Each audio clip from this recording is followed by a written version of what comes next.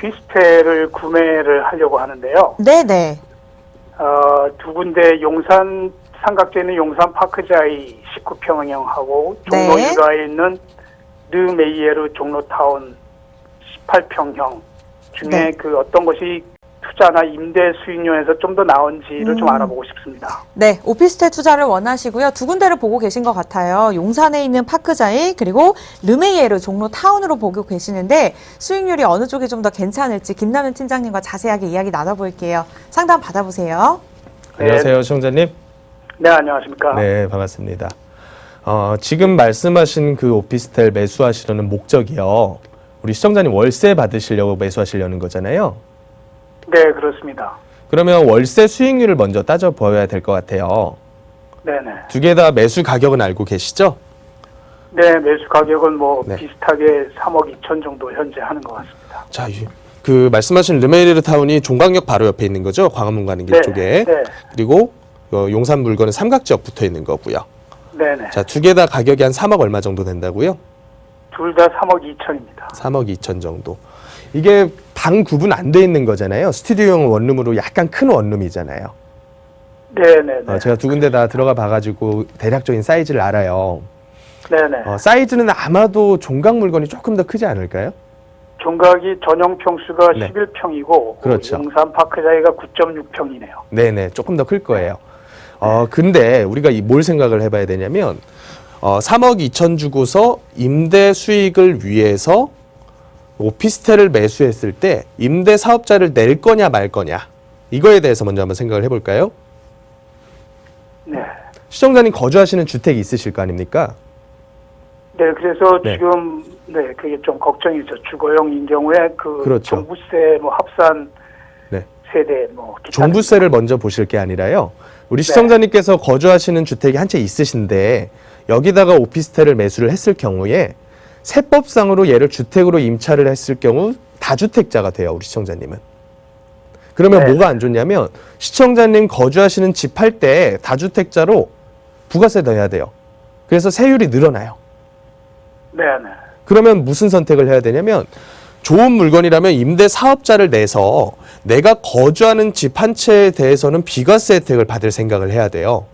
네네. 자, 그러면 이 임대 사업자를 냈을 때 두 가지 물건이 동일하게 별로 안 좋은 점이 뭐냐면 신축이 아니어서 취등록세, 재산세 혜택을 못 받아요. 네. 혹시 알고 계셨나요? 네네네. 2021년도 말, 아마 그럴 거예요. 2021년도 말까지 취등록세, 재산세 혜택이 존재를 합니다. 근데 이게 굉장히 커요. 어느 정도로 크냐면 우리 시청자님 3억 2천짜리 매수를 한다고 해도 월세 받는 게 100만 원 안 넘을 거거든요. 많이 받아야지 한 85, 90 받을 거란 말이에요. 네. 네, 그렇죠. 그러면 그거 1년 받으면 거의 한 1,000만 원 정도 되는 거네요. 네. 근데 얘가 취등록세를 내게 됐을 때 4.6%를 내면 거의 한 1,300, 1,400 내야 돼요. 1년 받을 월세 그냥 취등록세로 다 내야 되는 거예요. 사업자 안 내면. 사업자를 낸다고 하더라도 구축을 사면. 근데 얘를 신축을 샀을 경우에는 최소 납부 금액 15%만 내고 나머지 한 85%가 감면이 되니까 많이 내봤자 한 300억을 내는 거예요. 3, 400. 그러니까 시작을 하면서부터 1년 받을 월세 절약하고 가려면 신축을 사서 수익률 괜찮은 걸로 임대사업자를 내는 게 훨씬 더 유리하다는 거예요. 네. 그래서 두 개 다 수익률 개념으로 보면 그냥 무난한 수준이에요. 무난하다. 그렇다 그래서 이게 뭐 임대 수익률이 확 뛸 가능성도 거의 없고요. 그렇다고 네. 해서 매매가가 확 치고 올라갈 가능성도 없어요, 사실은. 그럼 제가 보는 눈에는 어떠냐면 그냥 무난한 물건이지만 조금 더 나은 수익률의 신축이 있다면 그걸 사서 임대사업자 묻는 게 베스트다. 네. 이런 생각이 좀 들어요. 네네. 그래서 우리 시청자님께서 그냥 익숙하거나 혹은 주요 지역에 있기 때문에 두 개 다 보신 것 같아요. 네. 그렇죠.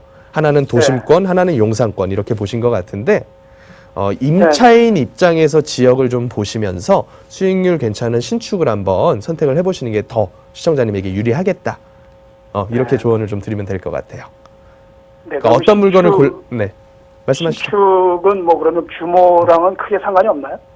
규모는 저는 어떻게 보냐면요.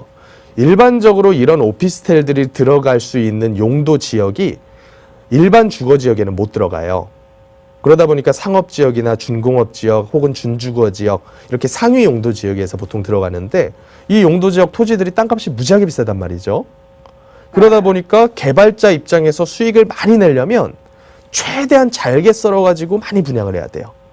네. 그래서 역세권에 있는 그런 용도 지역의 오피스텔들이 거의 대부분 4평, 5평 원룸으로 쪼개져 있어요. 그러면 우리가 조금 더 유리한 그런 물건을 사기 위해서는 그것보다 사이즈가 조금 더 큰 물건들을 사는 게 더 낫겠다. 그런 판단이 드는 거죠. 1.5룸이나 아니면 뭐 투룸이라던가 아니면 복층형이라던가 이런 물건이 조금은 더 낫지 않을까라는 생각이 좀 듭니다. 네, 알겠습니다. 그래서 이 물건을 구한다는 게 참 개인의 입장에서 쉽지가 않죠. 네. 그래서 이런 부분들은 제가 세미나 때 좀 도와드릴 테니까 한번 예약하시고 네네. 방문해 주세요. 네, 알겠습니다. 네, 고맙습니다. 네네네, 감사합니다.